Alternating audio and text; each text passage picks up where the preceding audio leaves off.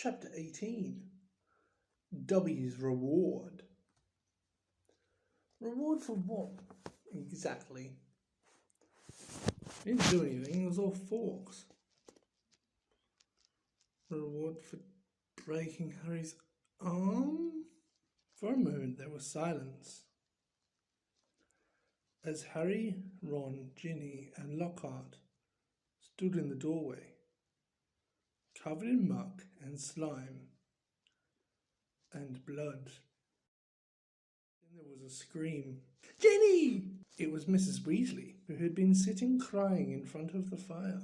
She leapt to her feet, closely followed by Mr. Weasley, and both of them flung themselves on their daughter. Harry, however, was looking past them. Professor Dumbledore was standing by the mantelpiece, beaming, next to Professor McGonagall, who was taking great, steadying gasps, clutching her chest. Fawkes went whooshing past Harry's ear and settled on Dumbledore's shoulder, just as Harry found himself and Ron being swept into Mrs. Weasley's tight embrace. You saved her! You saved her! How did you do it? I think we'd all like to know that, said Professor McGonagall weakly. Mrs. Weasley let go of Harry, who hesitated for a moment, then walked over to the desk and laid upon it the sorting hat, ruby-encrusted sword, and what remained of Riddle's diary. Then he started telling them everything. For nearly a quarter of an hour he spoke into the rapt silence. He told them about hearing this disembodied voice.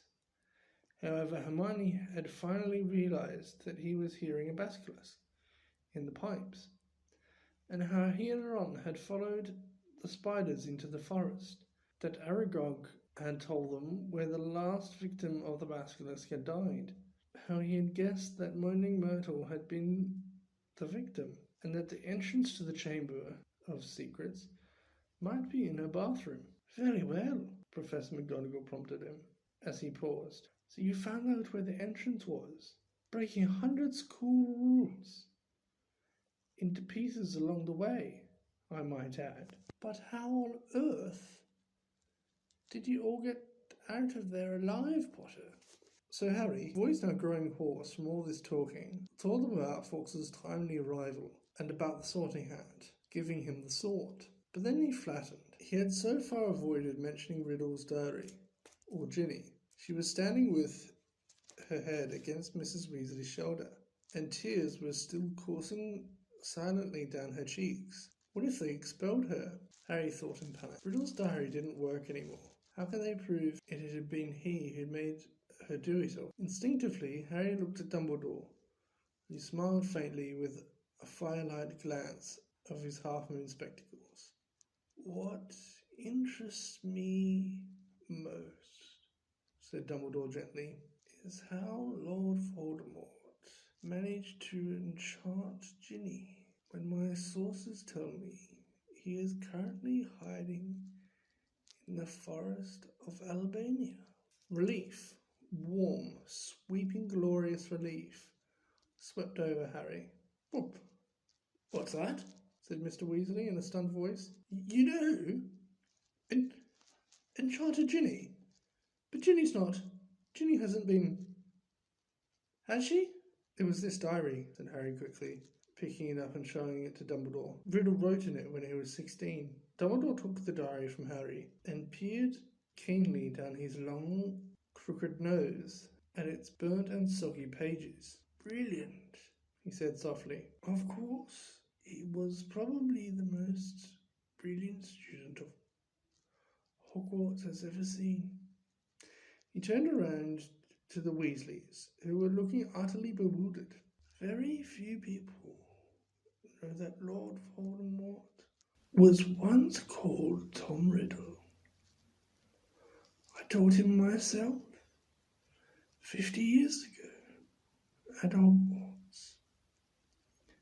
He disappeared after leaving the school, travelled far and wide, sank so deeply into the dark arts,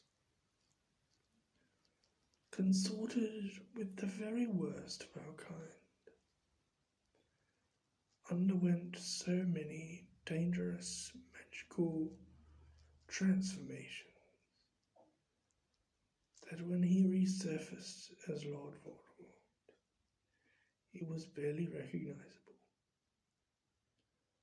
Hardly anyone connected Lord Voldemort with the clever, handsome boy who was once head boy here. But Ginny, said Mrs. Weasley, what's our Ginny got to do with him? His diary, Ginny sobbed. I've been writing in it, and he's been writing back all year. Ginny, said Mr. Weasley flabbergasted. Haven't I taught you anything? What have I told you? Never trust anything that can think for itself. If you can't see where it keeps its brain. Why didn't you show the diary to me or your mother? A suspicious object like that. It was clearly full of dark magic. I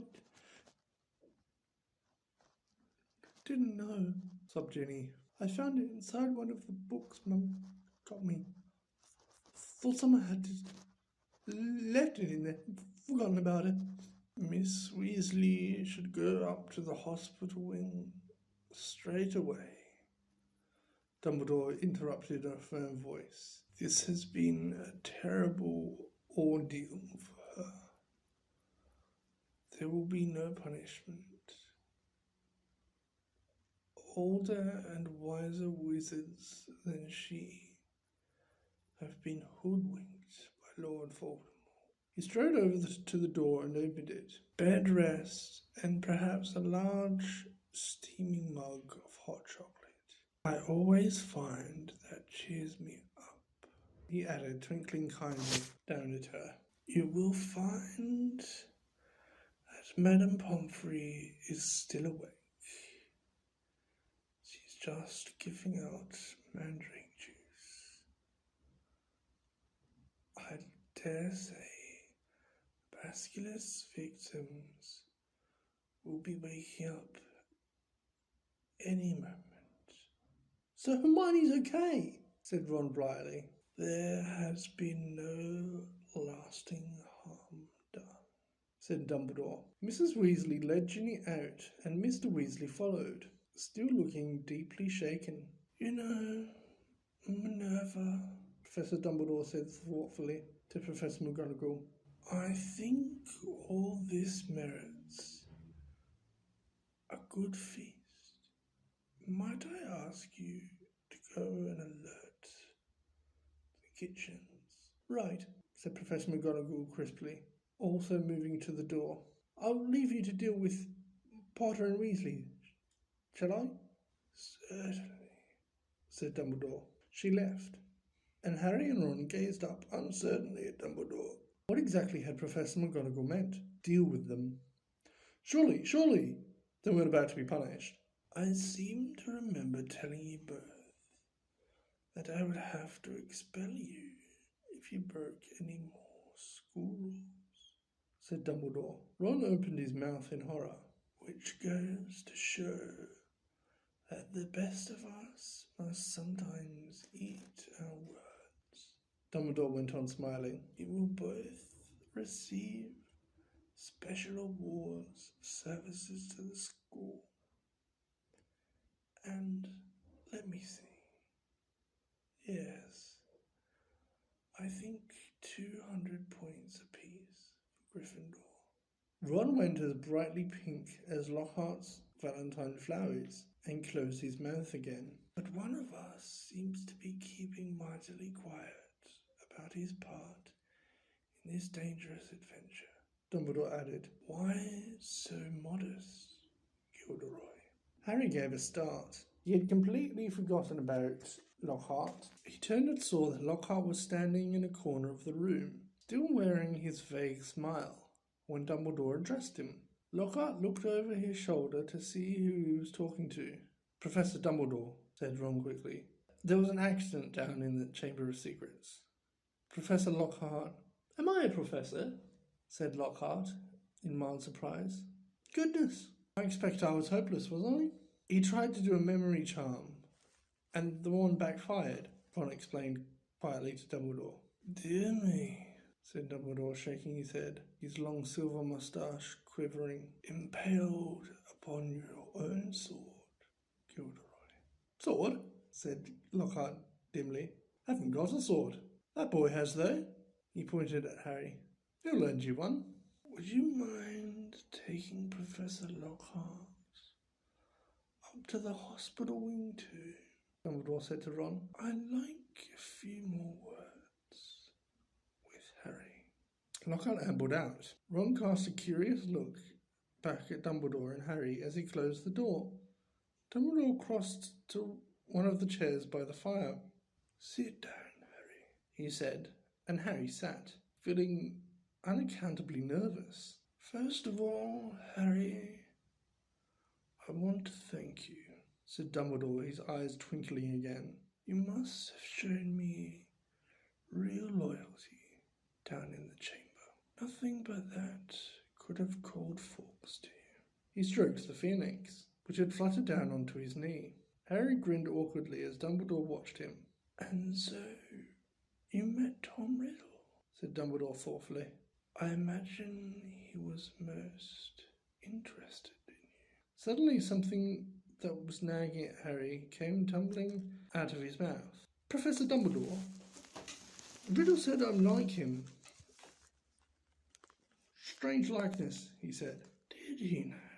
Said Dumbledore, looking thoughtfully under his thick silver eyebrows at Harry. And what do you think, Harry? I don't think I like him, said Harry more loudly than he'd intended. I mean, I'm a Gryffindor. But he fell silent, a lurking doubt resurfacing in his mind. Professor, he started again, after a moment. The Sorting Hat told me I'd have done well in Slytherin. Everyone thought I was Slytherin's heir for a while, because I can speak Parseltongue. You can speak Parseltongue, Harry, said Dumbledore calmly. Because Lord Voldemort, who's the last remaining ancestor of Salazar Slytherin, can speak Parseltongue. Unless I'm much mistaken, he transferred some of his own powers to you. Tonight he gave you that scar. Not something he intended to do, I'm sure. Voldemort put a bit of himself in me, said Harry, thunderstruck. It certainly seems so. So I should be in Slytherin, said Harry, looking desperately into Dumbledore's face. The Sorting Hat could see Slytherin's power in me, and it put you in Gryffindor, said Dumbledore calmly. Listen to me, Harry. You happen to have many qualities Salazar Slytherin prized in his hand-picked students. His own very rare gift, Parseltongue, resourcefulness, determination, a certain disregard for the... He added, his moustache quivering again. Yet the Sorting Hat placed you in Gryffindor. You know why that was? Think. It only put me in Gryffindor, said Harry in a defeated voice, because I asked not to go to Slytherin. Exactly, said Dumbledore, beaming once more, which makes you very different from Tom Riddle. It is our choices, Harry, that show what we truly are, far more than our abilities. Harry sat motionless in his chair, stunned. If you want proof, Harry, that you belonged in Gryffindor, I suggest you look more closely at this. Dumbledore reached across to Professor McGonagall's desk, picked up the blood-stained silver sword, and handed it to Harry. Dully, Harry turned it over. The room was blazing in the firelight, and he saw the name engraved just below the hilt. Godric, Gryffindor. Only a true Gryffindor could have pulled that out of the hat, Harry, said Dumbledore simply. For a minute, neither of them spoke. Then Dumbledore pulled open one of the drawers in Professor McGonagall's desk and took a quill and a large bottle of ink.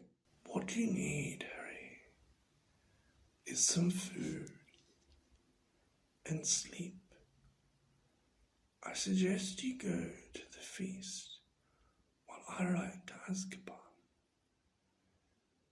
We need our gamekeeper back, and I must draft an advertisement for the Daily Prophet too. He added thoughtfully, we'll be needing a new defense against the dark arts teacher. Dear me, we do seem to run through them, don't we? Harry got up and crossed to the door. He had just reached for the handle, however, when the door burst open so violently that it bounced back off the wall. Lucius Malfoy stood there, fury in his face, and carrying under his arm, heavily wrapped in bandages, was Dobby. Good evening, Lucius, said Dumbledore pleasantly. Mr. Malfoy almost knocked Harry over as he swept into the room. Dobby went scurrying in after him, crouching at the hem of his cloak, a look of abject terror on his face. So, said Lucius Malfoy, his eyes cold fixed on Dumbledore, you'll come back. The governor's suspended you, but you still saw fit to return to Hogwarts? Well, you see, Lucius, said Dumbledore, smiling serenely. The other 11 governors contacted me today. It was something like being caught in a hailstorm of ants, to tell the truth. They heard that Arthur Weasley's daughter had been killed and wanted me back here at once. They seemed to think I was the best man for the job after all. Very strange tales they told me, too. Several of them seemed to think that you had threatened to curse their families if they didn't agree to suspend me in the first place. Mr. Malfoy went even paler than usual, but his eyes were still slits of fury. So, have you stopped the attacks yet? He sneered. Have you caught the culprit? We have, said Dumbledore with a smile. Well, said Malfoy sharply, who is it? The same person as last time, Lucius, said Dumbledore. But this time, Lord Voldemort was acting through somebody else by means of this diary. He held the small black book with a large hole through the centre, watching Mr. Malfoy closely. Harry, however, was watching Dobby. The elf was doing something very odd. His great eyes fixed meaningfully on Harry. He kept pointing at the diary, then Mr. Malfoy, and then hitting himself hard on the head with his fists. I see, said Mr. Malfoy slowly to Dumbledore. A clever plan, said Dumbledore in a level voice, still staring Malfoy straight in the eye. Because if Harry here, Mr. Malfoy shot Harry a swift, sharp look, and his friend Ron hadn't discovered this book, why, Ginny Weasley might have taken all the blame. No one would ever have been able to prove she hadn't acted of her own free will. Mr. Malfoy said nothing. His face was suddenly mask-like. And imagine, Dumbledore went on, what might have happened then. The Weasleys are one of the most prominent pure-blood families. Imagine the effect on Arthur Weasley and his Muggle Protection Act if his own daughter was discovered attacking and killing muggleborns. Very fortunate the diary was discovered and Riddle's memories wiped from it. Who knows what the consequences might have been otherwise. Mr. Malfoy forced himself to speak. Very fortunate, he said swiftly. And still, behind his back, Dobby was pointing, first to the diary, then to Lucius Malfoy, then punching himself in the head. And Harry suddenly understood. He nodded at Dobby, and then Dobby backed into a corner, now twisting his ears in punishment. Don't you want to know how Ginny got hold of that diary, Mr. Malfoy? Said Harry. Lucius Malfoy turned round on him. How should I know how the stupid little girl got hold of it? He said. Because you gave it to her, said Harry, in flourish and blocks. You picked up her old Transfiguration book. I slipped the diary inside, didn't you? He saw Mr. Malfoy's white hands clench and unclench. Prove it, he hissed. Oh, no one will be able to do that, said Dumbledore, smiling at Harry. Not now Riddle has vanished from the book. On the other hand, I would advise you, Lucius, not to go giving out any more of Lord Voldemort's old school things. If any more of them find their way into innocent hands, I think Arthur Weasley, for one, will make sure they are traced back to you. Lucius Malfoy stood for a moment, and Harry distinctly saw his right hand twitch, as though he was longing to reach for his wand. Instead, he turned to his house elf. We're going, Dobby? He wrenched open the door as the elf came hurrying up to him and kicked him right through it. They could hear Dobby squealing with pain all the way along the corridor. Harry stood for a moment, thinking hard. Then it came to him. Professor Dumbledore, he said hurriedly. Can I give that diary back to Mr. Malfoy, please? Certainly, Harry, said Dumbledore calmly. But hurry.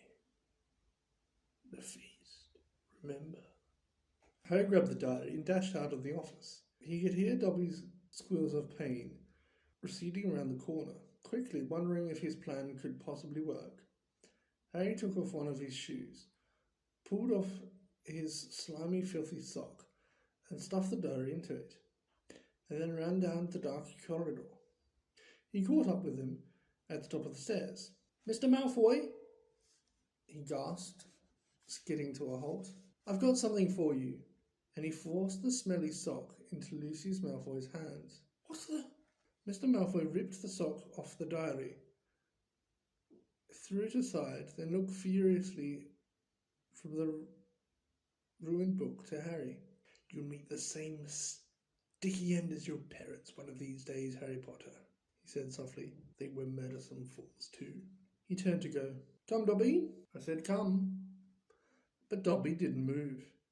He was holding up Harry's disgusting slimy sock and looking at it as though it were a priceless treasure. Master has given Dobby a sock, said the elf in wonderment. Master gave it to Dobby. What's that? Spat Mr. Malfoy. What did you say? Dobby has got a sock, said Dobby in disbelief. Master threw it and Dobby caught it, and Dobby is free. Lucius Malfoy stood frozen, staring at the elf. Then he lunged at Harry. You lost me my servant, boy! But Dobby shouted, You shall not harm Harry Potter. There was a loud bang, and Mr. Malfoy was thrown backwards. He crashed down the stairs, 3 at a time, landing in a crumpled heap on the landing below. He got up, his face livid, and he pulled out his wand. But Dobby raised a long threatening finger. You shall go now, he said fiercely, pointing down at Mr. Malfoy. You shall not touch Harry Potter. You shall go now. Lucius Malfoy had no choice. With a last incensed stare at the pair of them, he swung his cloak around and hurried out of sight. Harry Potter, free Dobby, said the elf shrilly, gazing up at Harry, moonlight from the nearest window reflected in his orb-like eyes. Harry Potter said Dobby free. Least I could do, Dobby, said Harry, grinning. Just promise. Never try to save my life again. The elf's ugly brown face split suddenly into a wide, toothy smile. I've just got one question, Dobby, said Harry as Dobby pulled on Harry's sock with shaking hands. You told me that this had nothing to do with he who must not be named, remember? Well, it was a clue, sir, said Dobby, his eyes widening as though this was obvious. Dobby was giving you a clue. The Dark Lord, before he changed his name, could be freely named, you see. Right, said Harry weakly. Well, I better go. There's a feast, and my friend Hermione should be awake by now. Dobby threw his arms around Harry's middle and hugged him. Harry Potter is greater by far than Dobby knew, he sobbed. Farewell, Harry Potter. And with a final loud crack, Dobby disappeared. Harry had been to several Hogwarts feasts, but never one quite like this. Everybody was in their pyjamas, and the celebrations lasted all night. Harry didn't know whether the best bit was Hermione running towards him, screaming, You solved it, or Justin hurrying over from the Hufflepuff table to wring his hand and apologise endlessly for suspecting him, or Hagrid turning up at 3:30, cuffing Harry and Ron so hard on the shoulders they were knocked into their plates of trifle, or his and Ron's 400 points for Gryffindor, securing the House Cup for the second year running. Or Professor McGonagall standing up to tell them all that the exams had been cancelled as a school treat. Or Dumbledore announcing that, unfortunately, Professor Lockhart would be unable to return next year owing to the fact that he needed to go and get his memory back. Quite a few of the teachers joined in cheering that greeted this news. Shame, said Ron, helping himself to a jam donut.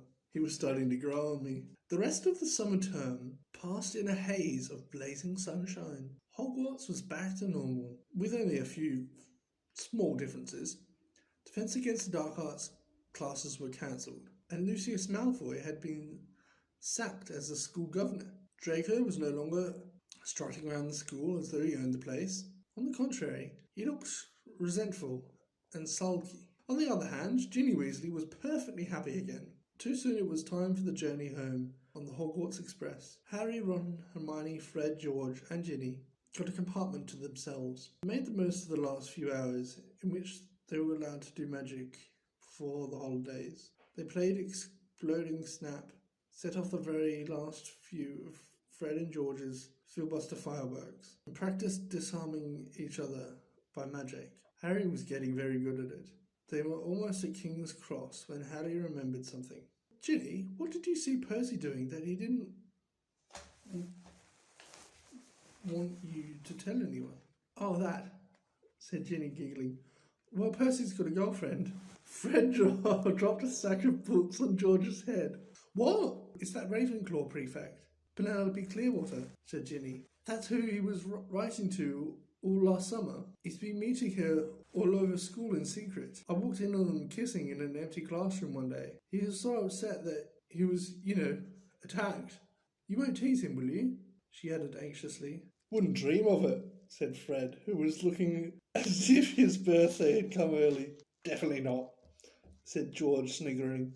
The Hogwarts Express slowed and finally stopped. Harry pulled out his quill and a bit of parchment and turned to Ron and Hermione. This is called a telephone number, he told Ron, scribbling it twice, tearing the parchment in two and handing it to them. I told your dad how to use a telephone last summer. He'll know. Call me at the Dursleys, okay? I can't stand another 2 months with only Dudley to talk to. Your aunt and uncle will be proud, though, won't they? Said Hermione as they got off the train and joined the crowd thronging towards the entrance barrier. When they hear what you did this year? Proud, said Harry. Are you mad? All those times I could have died and I didn't manage it. I'd be furious. And together they walked back through the gateway to the Muggle world. Ah, we have a secret letter.